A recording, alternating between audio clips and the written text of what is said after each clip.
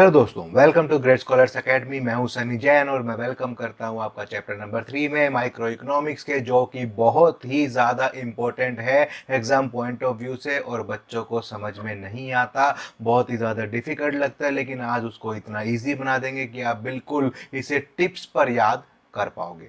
तो सबसे पहले हमारे इस चैप्टर का नाम है कंज्यूमर इक्विलिब्रियम। कंज्यूमर इक्विलिब्रियम का मतलब है एक कंज्यूमर कब आपका इक्विलिब्रियम में आ जाता है। इक्विलिब्रियम का मतलब कब वो बैलेंस में आ जाता है कि जितने पैसे वो खर्च करना चाहता था, क्या उतने ही पैसे की सेटिस्फेक्शन उसे मिली या नहीं मिली, क्या उसे उस पॉइंट पर रुक जाना चाहिए, क्या उस पॉइंट से आगे बढ़ना चाहिए या उस पॉइंट से पीछे रहना चाहिए। ये सारी बातें हम यहाँ पर डिस्कस करने वाले हैं। तो सबसे पहले हमारे इस चैप्टर का नाम है कंज्यूमर इक्विलिब्रियम यूटिलिटी एनालिसिस। तो सबसे पहले हमें समझना है कि भाई ये यूटिलिटी वर्ड हम यूज कर रहे हैं, ये यूटिलिटी है क्या।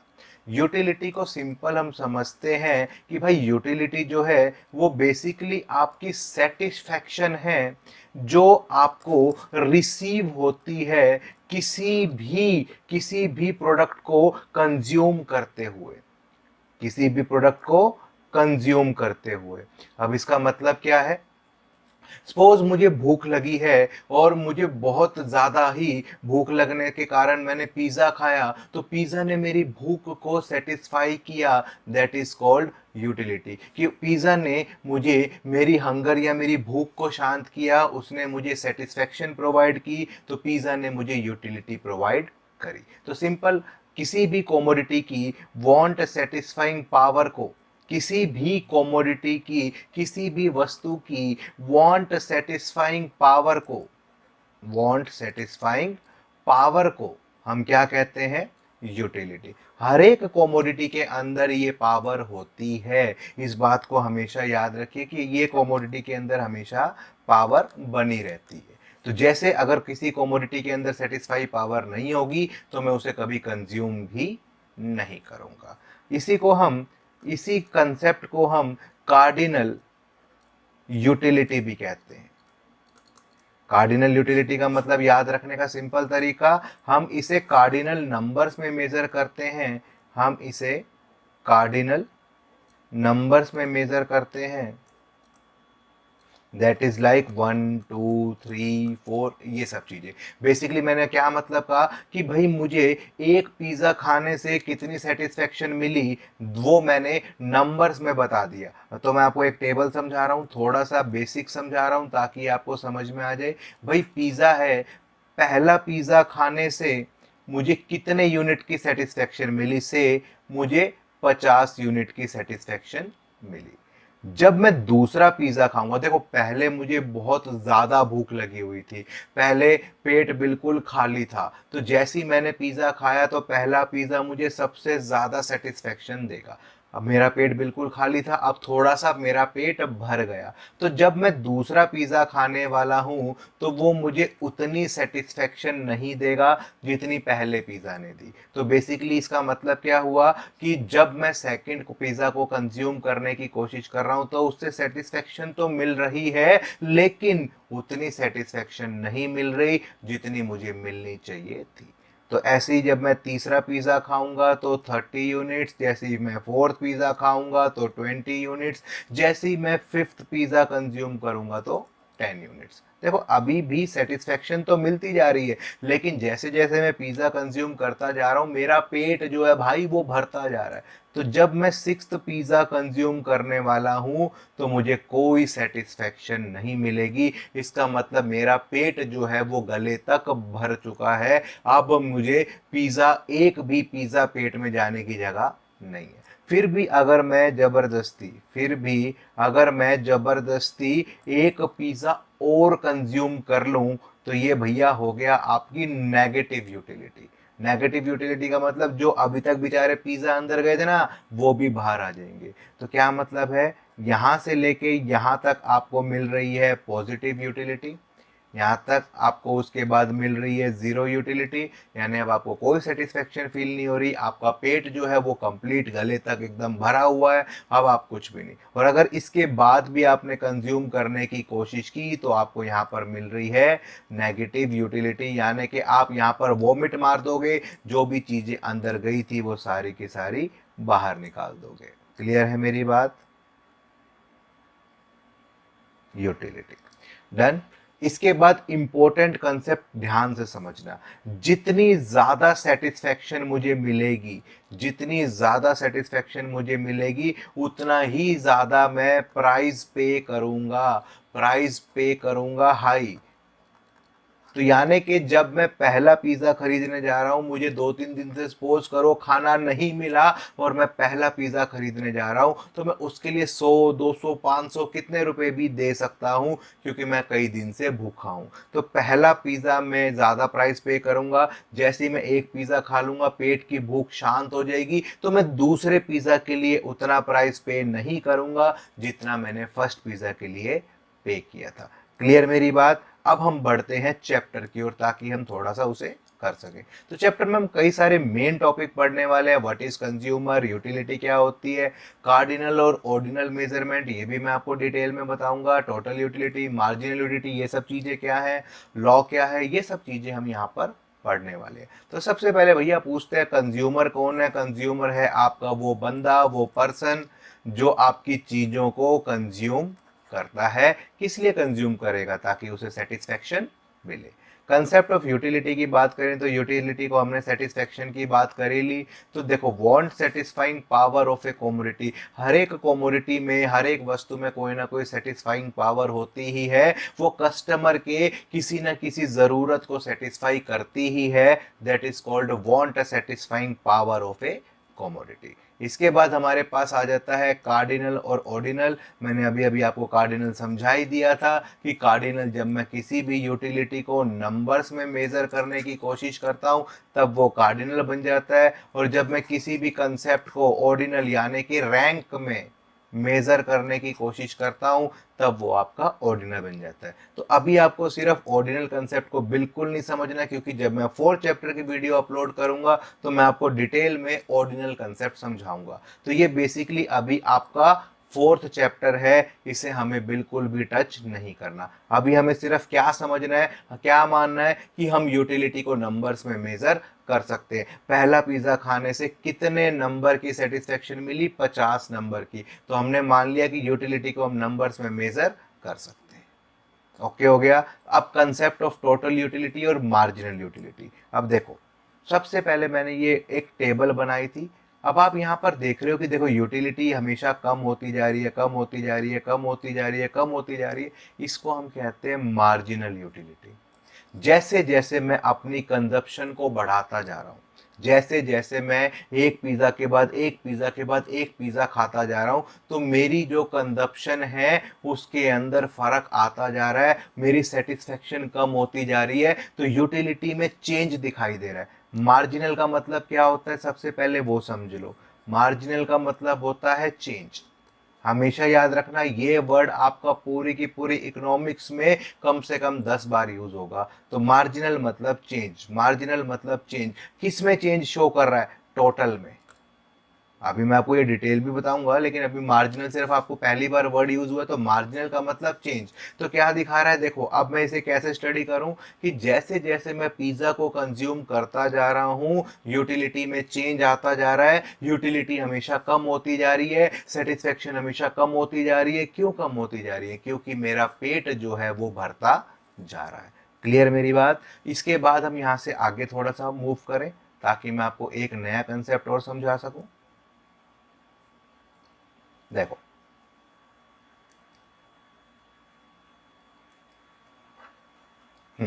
ये अब मैं थोड़ा सा रब कर रहा हूँ, ये आपको वीडियो के पिछले हिस्से में मिल ही जाएगा, क्योंकि मुझे यहाँ पर अगर एक टेबल और इससे आगे कंटिन्यू करनी है।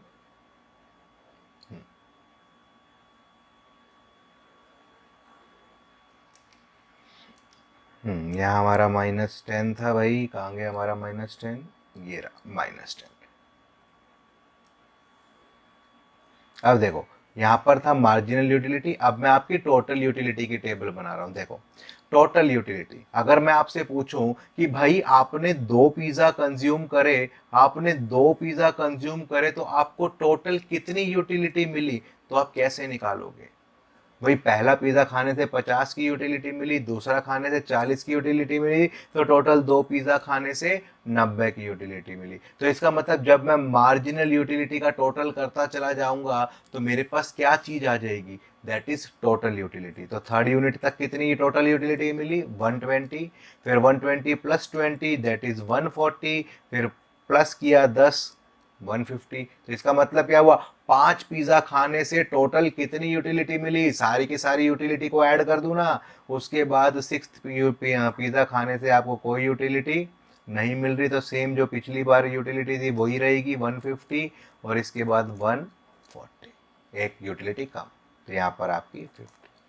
Clear total utility. अब मैं इसको एक एंगल से और स्टडी कर सकता हूं। देखो इट इज ए चेंज, मैंने कहा ना किसमें चेंज है, टोटल यूटिलिटी में। जब मैं एक पिज्जा से दूसरे पिज्जा पर मूव कर रहा हूं, जब मैं पहले पिज्जा से दूसरे पिज्जा को कंज्यूम कर रहा हूं, तो मेरी यूटिलिटी में चेंज आ रहा है, और इस चेंज को मैं कहता हूं मार्जिनल यूटिलिटी। तो जब टोटल यूटिलिटी में चेंज आता है, किस वजह से चेंज आएगा, जब मैं एक पिज्जा ज्यादा खाऊंगा या एक पिज्जा कम खाऊंगा। डन। तो मैं दोनों कंसेप्ट को साइमल्टेनियसली पढ़ सकता हूं। कैसे पढ़ा मैंने, मार्जिनल को मैंने पहले टेबल बनाने के लिए यूज कर लिया, मार्जिनल को ऐड करता चला गया तो टोटल आ गया। तो हमारे पास फॉर्मूला एक ही आ गया, total utility is equals to MU1 plus MU2 plus MU3, ऐसे करते हुए। तो इसको हम इस तरीके से भी लिख सकते हैं, total utility is equals to summation MU। जब मैं मार्जिनल यूटिलिटी का टोटल करता चला जाऊंगा तो मेरे पास टोटल यूटिलिटी आती चली जाएगी। क्लियर हो गया पहला पॉइंट।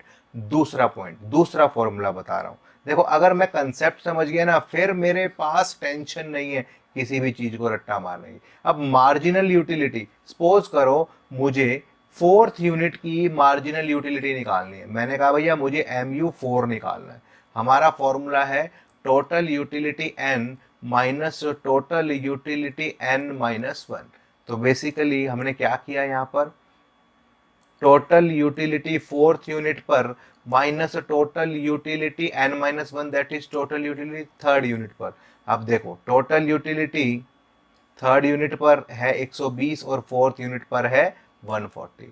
तो हमने लिखा 140 minus 120 that is equals to 20। आ गया ना मार्जिनल यूटिलिटी 4th यूनिट पर कितनी है, देखो मार्जिनल यूटिलिटी 4th यूनिट पर 20 है। तो यही चीजें हमने कहा कि एक से मैं दूसरे फॉर्मूले को ड्राइव कर रहा हूं और दूसरे फॉर्मूले से पहले वाले को ड्राइव कर रहा हूं। आप पढ़े हम थोड़ा सा। तो total utility is the sum of total utility derived from all consumption. जितनी यूनिट्स मैं खाऊंगा उन सबसे मिलने वाली यूटिलिटी को टोटल कर दूंगा, टोटल यूटिलिटी। मार्जिनल मतलब change, it is a change in total utility. कब आएगा ये चेंज, जब आप एक यूनिट ज्यादा खाओगे या एक यूनिट कम खाओगे। डन मेरी बात। इसके बाद आपके पास आ जाता है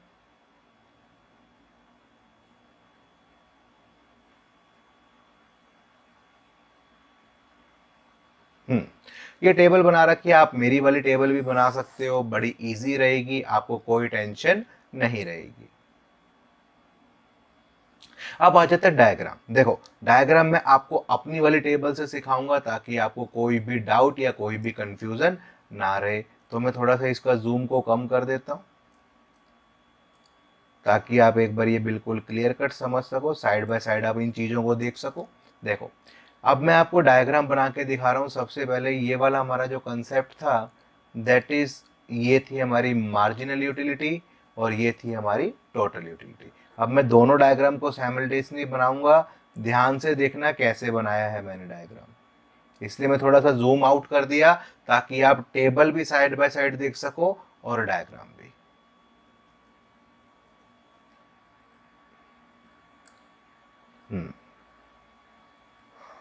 देखो सबसे पहले मैं मार्जिनल यूटिलिटी को बना रहा हूं। मार्जिनल यूटिलिटी वाला डायग्राम जो है वो नीचे है, यहाँ पर MU लिखेंगे, एक्स एक्सिस पर यूनिट्स लिखेंगे। तो हमें पॉइंट्स प्लॉट करने की जरूरत नहीं है, सिर्फ कंसेप्ट। देखो 50 से शुरू हो रही है, 0 तक जा रही है और फिर नेगेटिव हो रही है।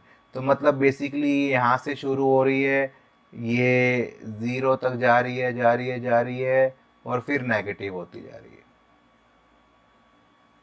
तो यहाँ पर आपकी यूटिलिटी पॉजिटिव है, यहाँ इस पॉइंट पर आपकी यूटिलिटी 0 है, और यहाँ इस पॉइंट पर आपकी यूटिलिटी नेगेटिव है। यहाँ तक ओके। इसके बाद हम इसकी ग्राफ से टोटल यूटिलिटी बनाएंगे। कैसे बनाएंगे अब ध्यान से देखना। यहाँ से मैं ऊपर लाइन ड्रॉ कर रहा हूँ। टोटल यूटिलिटी 0 से शुरू होगी, क्योंकि जब हम कोई यूनिट कंज्यूम नहीं करेंगे तो हमारी टोटल यूटिलिटी 0 होगी। तो जब आपकी टोटल यूटिलिटी जो है वो स्टार्टिंग में डिमिनिशिंग रेट से, देखो शेप देखना, डायग्राम की शेप को देखना, धीरे धीरे बढ़ रही है, डिमिनिशिंग रेट से बढ़ रही है। क्यों बढ़ रही है? क्योंकि इसका डिफरेंस कम होता जा रहा है। इसके बाद ये जब आपकी मार्जिन यूटिलिटी 0 हुई तो आपकी टोटल यूटिलिटी मैक्सिमम हो गई, और जब आपकी मार्जिनल यूटिलिटी जो है वो नेगेटिव हुई तो आपकी टोटल यूटिलिटी गिरना शुरू हो गई। ये 3 रिलेशन हमें आपको इस डायग्राम से देखने को मिलेंगे। सबसे पहले ध्यान से समझना मैंने क्या कहा। मैं दोबारा एक दूसरे कलर से यूज कर रहा हूं ताकि आपको ये चीज बिल्कुल क्लियर हो। देखो, ये इस सेक्शन की बात करते हैं, इस लाइन से इधर क्या लिखता है, जब आपकी मार्जिनल यूटिलिटी पॉजिटिव है लेकिन उसकी वैल्यू कम होती जा रही है। हो रही है ना, पहले यहां पर 50 था, फिर 40 हुआ, फिर 30 हुआ, फिर 20 हुआ, फिर 10 हुआ, यही हो रहा है ना, कम होता जा रहा है ना। तो जब आपकी टोटल यूटिलिटी का ग्राफ आप बनाओगे, टोटल यूटिलिटी की वैल्यू बढ़ तो रही है। देखो पहले थी 0, 0 से फिर 50 हुई, 50 से 90 हुई, 90 से 120 हुई, फिर 140 हुई, फिर 150। बढ़ तो रही है वैल्यू, लेकिन घटती दर पर, डिमिनिशिंग रेट पर। क्यों? क्योंकि भैया डिफरेंस कम होता जाएगा। जब आपके दो वैल्यूज के बीच का डिफरेंस कम होता जाएगा तो टोटल ज्यादा तो आएगा, लेकिन उतना ज्यादा नहीं आएगा कि जितना होना चाहिए। तो घटती दर पर वो चीज बढ़ेगी। क्लियर मेरी बात? तो पहला रिलेशनशिप भी हमें यहां पर लिखना है। देखो ये सबसे इंपॉर्टेंट क्वेश्चन है आपका एग्जाम पॉइंट ऑफ व्यू से, relationship between total utility and marginal utility. तो पहला डिफरेंस क्या है वो देखो, पहला रिलेशनशिप क्या है, सॉरी, जब आपका एमयू मार्जिनल यूटिलिटी पॉजिटिव है एंड फॉलिंग, गिरता हुआ दिखाई दे रहा है। देखो एमयू पॉजिटिव तो है, 50, 40, 30, 20, 10 पॉजिटिव तो है ना, और लेकिन गिर रहा है। तो टोटल यूटिलिटी क्या हो रही है? टोटल यूटिलिटी इंक्रीज तो हो रही है, टोटल यूटिलिटी इज इंक्रीजिंग, लेकिन कौन सी रेट पर? इंक्रीजिंग एट डिमिनिशिंग रेट, घटती दर पर आपकी टोटल यूटिलिटी बढ़ रही है। डन मेरी बात? अब दूसरी बात करते हैं। दूसरा, जब आपकी मार्जिनल यूटिलिटी 0 है, मैं इस पॉइंट की बात कर रहा हूं। अब जब मार्जिनल यूटिलिटी 0 है तो टोटल यूटिलिटी मैक्सिमम है। तो जब एमयू 0 है तो तब आपकी टोटल यूटिलिटी मैक्सिमम है। डन मेरी बात? अब तीसरा, जब आपका एमयू नेगेटिव है, देखो अब मैं इस लाइन से इधर वाले हिस्से की बात कर रहा हूं, जब आपका एमयू नेगेटिव है, तो तीसरा रिलेशन भी मैं कुछ ऐसे ही लिख रहा हूं, जब आपका मार्जिनल यूटिलिटी नेगेटिव है तो टोटल की हालात क्या है? टोटल तो खुद गिरना शुरू हो गया, तो total utility starts falling. Clear मेरी बात? तो इसीलिए हमें स्टेप बाय स्टेप समझना है, कभी भी रट्टा मारने की जरूरत नहीं पड़ेगी अगर मेरे माइंड में कंसेप्ट क्लियर है तो। यूटिलिटी का कंसेप्ट मार्जिनल यूटिलिटी से शुरू होता है। जैसे जैसे मैं चीजों को कंज्यूम करता जाऊंगा उससे मिलने वाली सेटिस्फेक्शन मेरे लिए कम होती जाएगी, और हमेशा वो कभी 0 भी हो जाएगी और उसके बाद भी कंज्यूम करता रहा तो नेगेटिव भी हो जाएगी। तो टोटल यूटिलिटी में उसका एडिशन है, तो एडिशन करूंगा तो टोटल यूटिलिटी की वैल्यू बढ़ेगी तो, लेकिन डिमिनिशिंग रेट पर बढ़ेगी, घटती दर पर बढ़ेगी। एक टाइम जब मार्जिनल यूटिलिटी 0 होगी टोटल मैक्सिमम होगी, और जब वो मार्जिनल नेगेटिव होगी टोटल यूटिलिटी गिरना शुरू हो जाएगी। अब हम इसे यहाँ पर डिटेल में स्टडी कर लेते हैं। देखो तो ये डायग्राम मैंने बना ही दिया, ये टेबल मैंने बना दी, तो आप अपनी तरफ से भी उसे बना सकते हो। टेबल आप कोई भी बना सकते हो, उससे कोई फर्क नहीं पड़ता। अगर आपको टीआर जेन वाली टेबल कंफर्ट लग रही है तो वो बनाओ, मेरी वाली टेबल कंफर्ट लग रही है तो वो बनाओ, you are free to write. देखो यही रिलेशनशिप मैं यहाँ पर दिखाने की कोशिश कर रहा था। देखो ये थोड़ा सा इसे जूम कम करना पड़ेगा।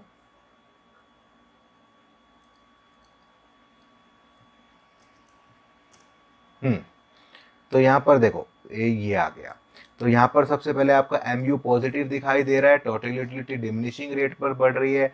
या एम यू जीरो है, टोटल यूटिलिटी आपकी जो है वो मैक्सिमम है। और जब आपका मार्जिन यूटिलिटी नेगेटिव हो गया तो टोटल यूटिलिटी फॉलिंग होना शुरू हो गई। तो देखो यही सारी चीजें यहाँ पर लिखी हैं। देखो ये रिलेशनशिप आपका पूरा का पूरा डिटेल में डिफाइन करेगा और आपको इस रिलेशनशिप को बड़ा ही इंपॉर्टेंट तरीके से समझना है। देखो जैसे मैंने लिखवाया था बिल्कुल वैसे ही है। सबसे पहले ये रहा, marginal utility is positive, total utility increase तो होगी।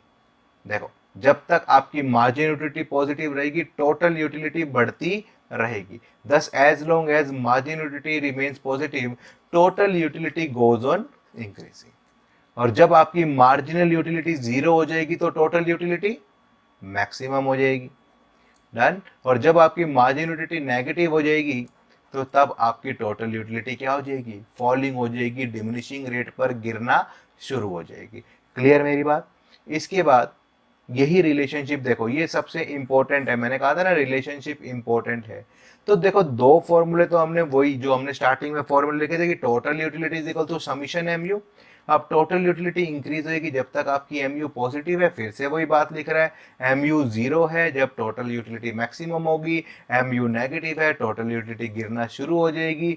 डिक्रीजिंग मार्जिनल यूटिलिटी इंप्लाइज, गिरती हुई मार्जिनल यूटिलिटी आपको ये बता रही है कि टोटल यूटिलिटी इंक्रीज तो होगी लेकिन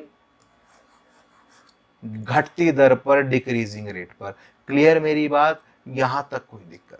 अगर चाहिए तो एक बार वीडियो को पॉज करो, एक बार फिर से रिवीजन करो। अगर फिर भी आपको किसी पॉइंट में डाउट लग रहा है तो आप मुझे कमेंट सेक्शन में करो कमेंट, या फिर मैं आपको टेलीग्राम या ऑनलाइन जूम क्लासेस पर लेकर भी आपको समझा दूंगा। इसके आगे चलते हैं हम थोड़ा सा कंसेप्ट को। इसके बाद आपका एक इंपॉर्टेंट कंसेप्ट आ जाएगा लॉ ऑफ डीएमयू।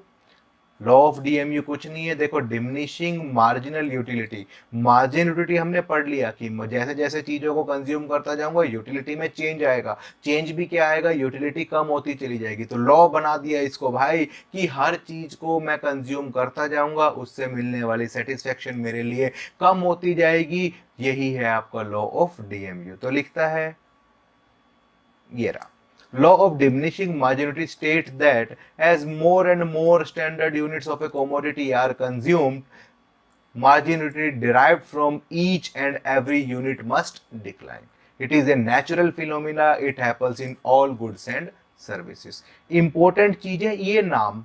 कभी कभी एग्जाम को मुझे डिफिकल्ट बनाना होता है तो मैं लॉ ऑफ डीएमयू नहीं लिखता, मैं लिखता हूं what do you mean by fundamental law of satisfaction, what do you mean by fundamental psychological law. तो जब मुझे एग्जाम मुश्किल बनाना है तो मैं उसके नाम को चेंज कर देता हूं, अदरवाइज लिखना वही है। अब बेसिक अजम्पशन बहुत जरूरी है, कई बार अलग से ही क्वेश्चन पूछ लेता है भाई कार्डिनल कंसेप्ट को पढ़ते हुए आपने क्या क्या अजम्पशंस ली। तो सबसे पहले हमने कहा कि हमें सिर्फ स्टैंडर्ड यूनिट कंज्यूम करनी है। स्टैंडर्ड यूनिट का मतलब भैया मैंने पिज्जा कहा, मैंने कहा पिज्जा, पिज्जा कंज्यूम करेंगे। तो पिज्जा का मतलब क्या है, पिज्जा का मतलब सिंपल है, पिज्जा का मतलब वो पूरा पिज्जा यानी कि वो सर्कल जो पूरा का पूरा है, दैट इज कॉल्ड पिज्जा। एक पीस नहीं, ठीक है ना, एक पीस नहीं, पूरा का पूरा पिज्जा। अब मैं शादी में जाता हूं, वो बेचारा पिज्जा देने वाला मुझे एक वो पीस सा पकड़ा देता है, क्या बेचारा मुंह में पहुंचने से पहले पेट तक कहां पहुंचेगा। तो उसमें इस तरीके से बात नहीं करनी, हमेशा मुझे स्टैंडर्ड कोमोडिटी यानी फुल कोमोडिटी की बात करनी है। कप का मतलब एक कप चाय का मतलब पूरी भरी हुई चाय का कप, ना कि एक स्पून ऑफ टी। डन मेरी बात। उसके बाद कंजप्शन जो है वो कंटिन्यूअस होनी चाहिए। कंटिन्यूअस का मतलब क्या, बैक टू बैक कंजप्शन होनी चाहिए, एक के बाद एक पिज्जा खाने हैं तभी ये लॉ काम करेगी, अदरवाइज ये लॉ फेल हो जाएगी। डन मेरी बात। कंसेप्ट ऑफ कंज्यूमर इक्विलिब्रियम देखो, इससे पहले हम बिल्कुल क्लियर कर चुके हैं कंसेप्ट को। अब मैं इसी टेबल के अंदर आपको एक नई चीज नई ऐड ऑन करूंगा ताकि आपको ये समझ में आ जाए। अब मैं इसके अंदर से सिर्फ क्या चीज लेने वाला हूँ, एक मार्जिनल यूटिलिटी लेने वाला हूँ और उसके साथ मैं आपको कंज्यूमर इक्विलिब्रियम का कंसेप्ट समझाने वाला हूँ। ओके, तो मैं आपकी टेबल को दोबारा बनाऊंगा, इस वाली टेबल को एज इट इज छोड़ देता हूँ। तो मैं थोड़ा जूम कर लेते हैं। देखो, मैंने टेबल क्या बनाई थी, पिज्जा से 1 2 3 4 5 6 और 7 मैंने मार्जिनल यूटिलिटी लिखी थी 50 40 30 20 10 0 -10। देखो, कंज्यूमर इक्विलिब्रियम कब होगा, कंज्यूमर इक्विलिब्रियम तब होगा जब मैं अपने गिवन पैसे में, जितने पैसे मेरी पॉकेट में हैं, मेरी कोशिश ये रहेगी कि मैं उससे ज्यादा से ज्यादा से ज्यादा कमोडिटी और ज्यादा से ज्यादा सेटिस्फेक्शन गेन करूं। ओके, तो अब मैं इसको यहां पर है ना, इसी यूटिलिटी को प्राइस से कंपेयर कर रहा हूं। ठीक है, अब जब मैं प्राइस से कंपेयर कर रहा हूं तो मार्जिनल यूटिलिटी को भी मैं क्या कहता हूं कि यार चलो अब हम इसे भी प्राइस में मान लेते हैं। प्राइस में मानने का मतलब क्या है, आज मैं किसी दुकानदार के पास गया, ठीक है, कोई चीज मुझे मिल नहीं रही, ब्लैक में मिल रही है, ठीक है, बहुत ही ज्यादा रेयर, ऐसे लॉकडाउन फर्स्ट में मास्क, तो मास्क के लिए मैं ज्यादा पैसे देने को तैयार था फर्स्ट लॉकडाउन में। क्यों था, क्योंकि उससे मिलने वाली सेटिस्फेक्शन मेरे लिए ज्यादा थी। तो बेसिकली हमने क्या कहा, चलो यार सेटिस्फेक्शन को ना पैसे से कंपेयर कर लेते हैं, जितनी ज्यादा सेटिस्फेक्शन उतनी ज्यादा पैसे। तो मैंने क्या लिखा, मैं मान लेता हूं कि भाई पहले वाले पिज्जा मुझे सबसे ज्यादा सेटिस्फेक्शन दे रहा था, तो मैं इसके लिए सबसे ज्यादा पैसे देने को तैयार था, से मैं इसके लिए 50 रुपए देने को तैयार था, रेडी टू पे, रेडी टू पे। अब देखो, मैंने सेटिस्फेक्शन को नंबर्स में मेजर करने की जगह किस में मेजर कर लिया, पैसों में, प्राइस में, कि मैं कितने रुपए देने को तैयार था। अब दुकानदार ने उसकी एक्चुअल कीमत, प्राइस यहां पर कौन सा है, जो बाजार में एक्चुअल कीमत है, ठीक है, दुकानदार ने मेरे से उस चीज के 20 रुपए मांगे, पिज्जा 20 रुपए में, ठीक है, तो अब वो क्या कहेगा, मुझे मिलने वाली, मैं उस पिज्जा के लिए 50 रुपए खर्च करने को तैयार था, लेकिन दुकानदार ने मेरे से सिर्फ 20 रुपए मांगे, तो क्या मैं फट से खरीद लूंगा, यस, क्योंकि मुझे क्या लग रहा है कि यार 30 रुपए का क्या हो रहा है मुझे फायदा, क्या हो रहा है मुझे फायदा। इसे हम फायदे को यहां पर वर्ड यूज करते हैं सरप्लस। डन है मेरी बात, लॉजिक ओके। ये मैं 3-4 कंसेप्ट समझाऊंगा, साथ साथ पूरा का पूरा चैप्टर ही क्लियर हो जाएगा इसी टेबल में। डन है, अब देखो इसके बाद दूसरे पिज्जा, प्राइस तो सेम ही रहेगा, 20 है, 20 है, 20 20 20 और 20। तो अगले वाले पिज्जा के लिए सेटिस्फेक्शन में 40 रुपए देने को तैयार था, दुकानदार ने सिर्फ 20 रुपए मांगे, अभी भी मुझे 20 रुपए का फायदा हो रहा है। तीसरे पिज्जा के लिए मैं 30 रुपए देने को तैयार था, यहाँ पर दुकानदार ने 20 रुपए मांगे, मेरे को 10 का फायदा हो रहा है। फोर्थ यूनिट पे मैं 20 रुपए देने को तैयार था, दुकानदार ने मेरे से 20 रुपए ही मांगे और यहाँ पर मुझे कोई भी फायदा फील नहीं हो रहा। अब इससे आगे की कहानी देखो ध्यान से, लिखता है कि मैं 10 रुपए देने को तैयार था, दुकानदार ने मेरे से 20 रुपए मांगे। यहां पर मैं क्या करता हूं वो समझो, जब मैं किसी शॉप पर जाता हूं और ये कहता हूं भाई साहब ये चीज तो मुझे बहुत महंगी लग रही है, महंगी लग रही है, इसका मतलब मैं उस चीज के लिए पैसे कम देने को तैयार हूं और दुकानदार मेरे से वो पैसे ज्यादा मांग रहा है उस कमोडिटी के, तो इसलिए यहां पर वो चीज मुझे महंगी लग रही है और लग रही है, तो क्या मैं खरीदूंगा, क्या नहीं खरीदूंगा। क्लियर मेरी बात, यहां तक कोई दिक्कत, तो एक कंज्यूमर सिर्फ 4 यूनिट ही खरीदेगा, उससे आगे उसे सेटिस्फेक्शन मिलना बंद हो जाएगी। तो कंज्यूमर इस पॉइंट पर इक्विलिब्रियम में है। अब मैं दूसरा कलर पेन यूज कर रहा हूं ताकि आपको एक चीज समझ में आए जो कहने की कोशिश करूंगा। अब देखो ध्यान से समझना, प्राइस था 20 रुपए, तो मैं 4 यूनिट खरीद रहा था। अब अगर मैं प्राइस को बढ़ा दूं, पिज्जा का प्राइस 30 रुपए कर दूं, तो क्या होगा? ध्यान से देखना क्या कह रहा हूं। अब नई टेबल बना रहा हूं रेड कलर के पेन से। अगर प्राइस पिज्जा का 30 रुपीज कर दिया तो क्या होगा? तो पहली यूनिट के लिए अब मुझे कितनी सेटिस्फेक्शन मिलेगी? 20, फिर मिलेगी 10, और मुझे तीसरी यूनिट पर ही इक्विलिब्रियम का एहसास हो जाएगा। मैं इससे आगे कंज्यूम नहीं करूंगा। क्यों नहीं करूंगा? क्योंकि मैं इस पॉइंट पर सेटिस्फेक्शन में हूं। इससे आगे जाऊंगा तो फिर मुझे वो चीज महंगी लगने लग जाएगी, प्राइस बढ़ गया तो मेरा फायदा कम हो गया, मैंने यूनिट भी खरीदना कम कर दिया। सेम यही लॉजिक, प्राइस सस्ता हो जाएगा, अगर प्राइस 10 रुपए रह जाएगा तो क्या होगा? अगर प्राइस 10 रुपए रह जाता तो क्या होता? तो मैं कोमोडिटी ज्यादा खरीद पाता। देखो, मैं फिर 5 कोमोडिटी खरीद पाता, मैं इक्विलिब्रियम में ज्यादा डिमांड कर पाता। क्लियर मेरी बात? कंज्यूमर इक्विलिब्रियम का पॉइंट क्लियर। अब मैं आपको डायग्राम से भी इसी पॉइंट को समझाने की कोशिश कर रहा हूं ताकि आपको ये समझ में आए। फिर उसके बाद हम थ्योरी पढ़ेंगे। ये आपका मार्जिनल यूटिलिटी था जो कम होता जा रहा है। प्राइस आपका 20 रुपए पर कांस्टेंट था, 20 रुपीज पर कांस्टेंट था। ये आपकी यूटिलिटी है, ये हम यहाँ पर यूटिलिटी लिखते हैं और यहाँ हम यूनिट्स लिखते हैं।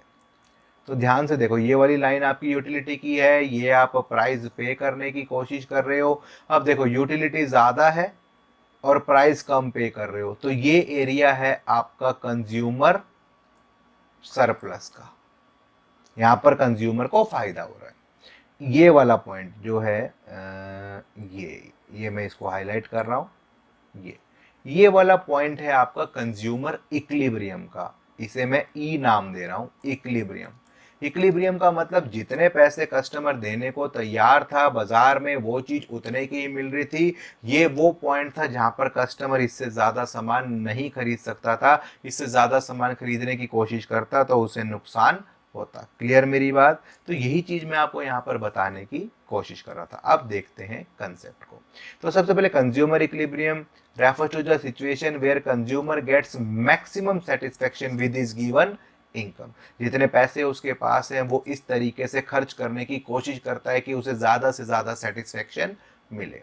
अब एजम्पशन फिर देखो, वहां पर भी एजम्पशंस ली थी, यहाँ भी एजम्पशन ले रहे हैं। सबसे पहले रैशनल कंज्यूमर। रैशनल को आप समझ सकते हो लॉजिकल कंज्यूमर, सोच समझकर पैसे खर्च करने वाला कंज्यूमर। अभी अभी हमने कहा था कि हम यूटिलिटी को नंबर्स में मेजर करेंगे, ये भी अजम्पशन है, क्योंकि प्रैक्टिकल लाइफ में किसी भी सेटिस्फेक्शन को नंबर्स में मेजर करना पॉसिबल नहीं है। इंडिपेंडेंट यूटिलिटी का मतलब है कि इंडिपेंडेंट यूटिलिटी का मतलब क्या है कि एक चीज की कंजप्शन दूसरी चीज के ऊपर या दूसरी चीज के ऊपर डिपेंड नहीं करती।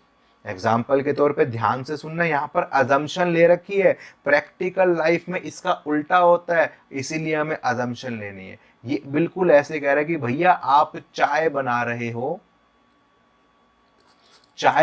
हो, आपकी चाय में चीनी की कोई वैल्यू नहीं है, दोनों की दोनों कोमोडिटी इंडिपेंडेंट है। It is assume that utility of a consumer get from A commodity depends upon the quantity of that commodity alone. सिर्फ वही कोमोडिटी आपको अफेक्ट करती है, बाकी कोई कोमोडिटी अफेक्ट नहीं करती। अब मैं आपको ये कहूं भाई साहब फीकी चाय पी लो, क्या आप चाय पियोगे?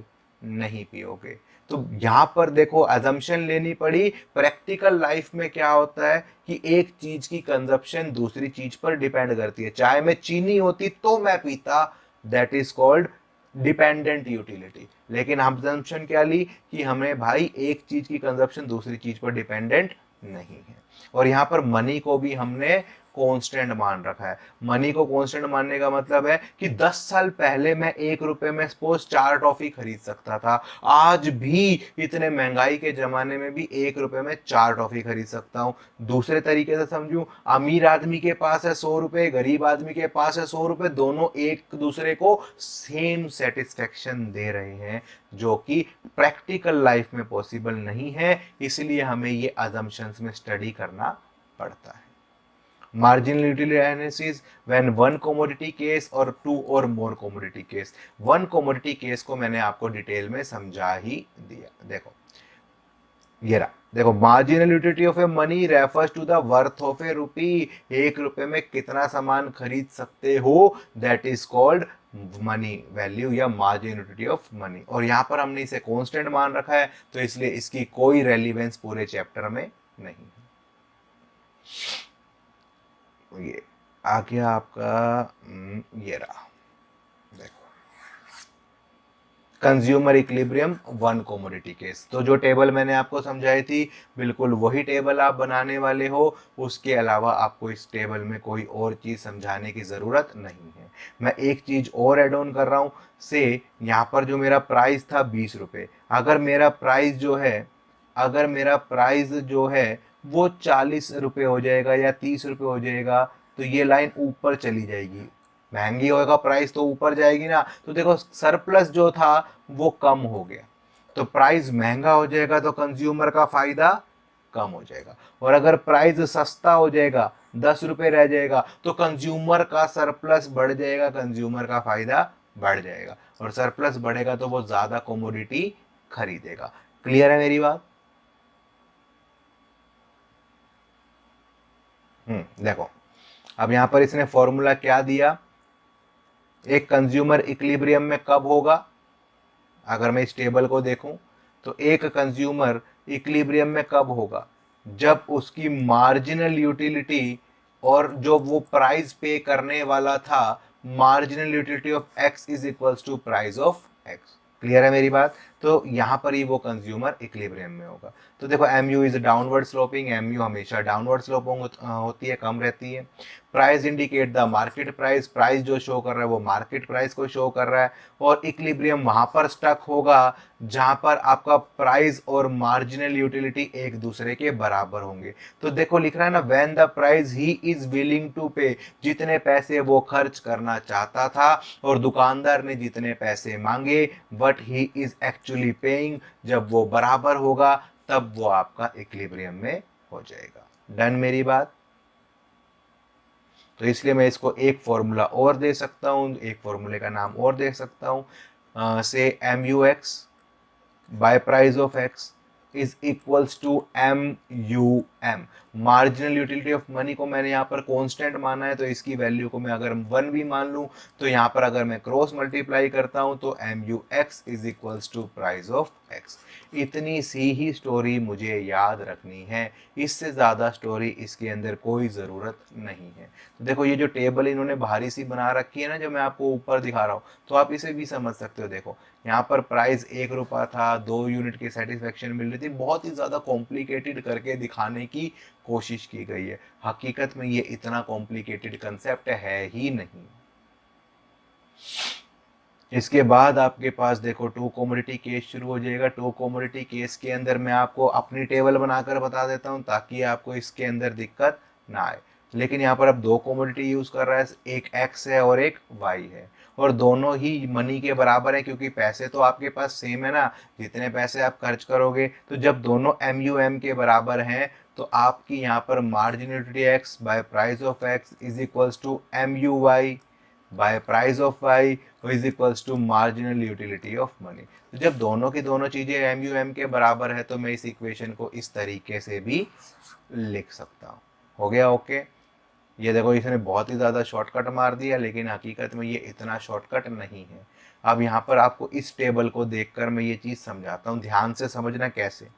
सपोज मेरे पास ये टेबल है, एक कमोडिटी है एक्स और एक कमोडिटी है वाई, दोनों का प्राइस सेम मान लेते हैं। प्राइस सेम मानने से एक फायदा हो जाता है कि मुझे कोई टेंशन नहीं रहती। ओके, तो अब अगर मैं सपोज मेरे पास 10 रुपए हैं, दोनों की दोनों कमोडिटी की वैल्यू 1-1 रुपए है। तो अब यूटिलिटी को देखते हैं, देखो ध्यान से यूटिलिटी को देखते हैं ध्यान से। तो मैं सबसे पहले दोनों टेबल को एनालाइज करता हूं, तो सबसे पहले कौन सी चीज उठाऊंगा, वही चीज उठाऊंगा जो सबसे ज्यादा सेटिस्फेक्शन दे रही है। सपोज अब ये एक्स और वाई में मजा नहीं आ रहा, मैं इसको नाम दे रहा हूं, ये है भैया अपना पिज्जा और दूसरा हमने इसको नाम दे दिया बर्गर, ठीक है। तो पिज्जा और बर्गर में से मुझे सबसे पहले बर्गर बहुत ही ज्यादा पसंद है, देखो तो बर्गर मुझे सबसे ज्यादा सेटिस्फेक्शन दे रहा है। तो जो भी पैसे हैं मैं सबसे पहले पैसे किस पर खर्च करने वाला हूं, बर्गर पे, ठीक है। अब जैसी मैंने बर्गर की पहली यूनिट कंज्यूम करी, नेक्स्ट बर्गर मुझे कितनी सेटिस्फेक्शन दे रहा है, 23। देखो नेक्स्ट बर्गर मुझे कितनी सेटिस्फेक्शन दे रहा है, 23। क्या टेबल में किसी और जगह से इतनी सेटिस्फेक्शन मिल रही है, नहीं मिल रही।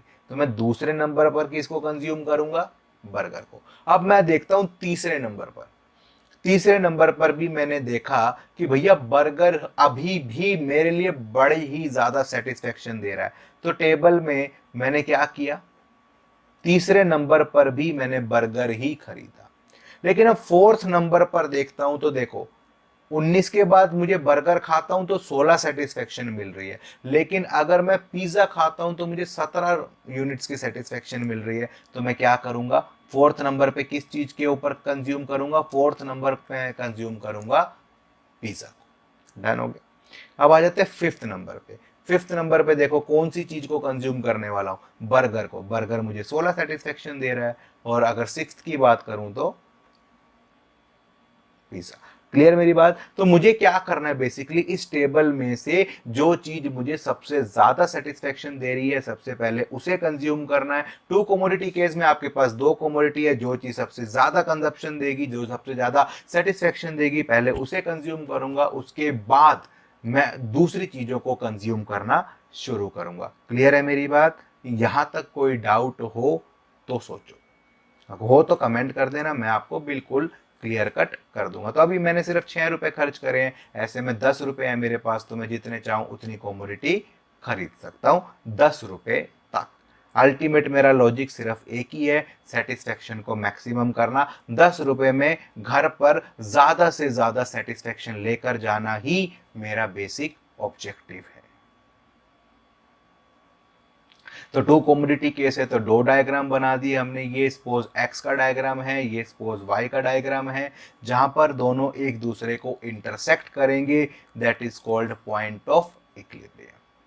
ये इतना सही चैप्टर था, इसी को हम law of equi marginal utility भी कह देते हैं। State that consumer strike his equilibrium when last rupee spend by him gives equal marginal utility weather he spends on goods x और गुड्स वाई। आखिरी में जब आखिरी रुपया खर्च कर रहा हूं ना, तो चाहे गुड्स एक्स पर खर्च करूं या गुड्स वाई पर खर्च करूं, दोनों से मिलने वाली सेटिस्फेक्शन मेरे लिए सेम होगी, एक ही लेवल वाली होगी। नाम से ही पता लग जाएगा, इक्वी मार्जिनल, यानी कि जो भी यूटिलिटी मुझे मिलेगी वो इक्वल होगी, चाहे वो गुड्स एक्स से ले लूं चाहे वो गुड्स वाई से ले लूं। हो गया ओके। अब इसके अंदर देखो ये वन कमोडिटी केस और टू कमोडिटी केस को शॉर्टकट करके समझा रखा है, इसको आपको डिटेल पढ़ने की जरूरत नहीं है, मैं आपको ये पहले ही सारी चीजें करवा चुका हूँ। सिर्फ इसके अंदर आपको एक पॉइंट जो मैं समझाने की कोशिश कर रहा हूँ वो ध्यान से समझ लेना। अगर marginal utility of X, M U X by price of X is greater than M U Y by price of Y, इसका मतलब क्या है, ये इक्वेशन मुझे ज्यादा सेटिस्फेक्शन दे रही है एज कंपेयर टू y। तो मैं कौन सी चीज को पहले कंज्यूम करूंगा, मैं x को पहले कंज्यूम करूंगा और y को बाद में कंज्यूम करूंगा। क्लियर है मेरी बात। तो यही चीज मुझे सिर्फ यहाँ पर ध्यान रखनी है, बाकी सारा का सारा कंसेप्ट बिल्कुल सेम है। तो हमारा ये चैप्टर बिल्कुल कंप्लीट हो जाएगा। और देख लेते हैं कोई और चीज जो आपकी रह गई हो। बिल्कुल नहीं, हमारी समरी आ चुकी है। तो अगर अब भी आपको कोई डाउट लग रहा है, कोई टॉपिक आपको ऐसा लग रहा है कि भाई नहीं समझ में आ रहा, तो आप मुझे कमेंट कर दीजिएगा, मैं आपकी उसके लिए भी वीडियो अपलोड कर दूंगा। Thank you.